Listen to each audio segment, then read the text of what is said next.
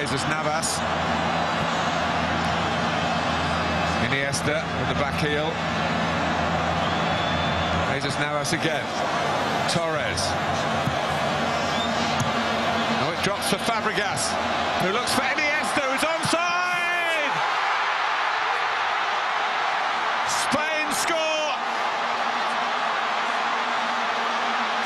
They take advantage of the extra man, and they believe they're going to win the World Cup for the very first time.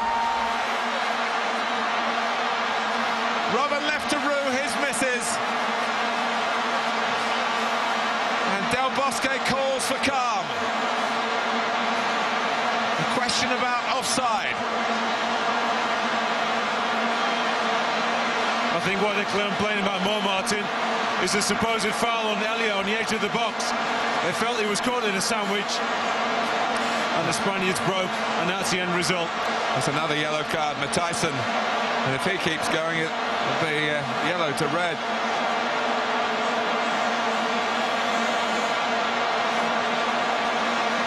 Well, that was a quick counter-attack, but it's not a great ball from Torres. He gets cut out, and they don't deal with it well, the Dutch. Oh, he's well onside. He's well onside, yeah, they weren't complaining about that.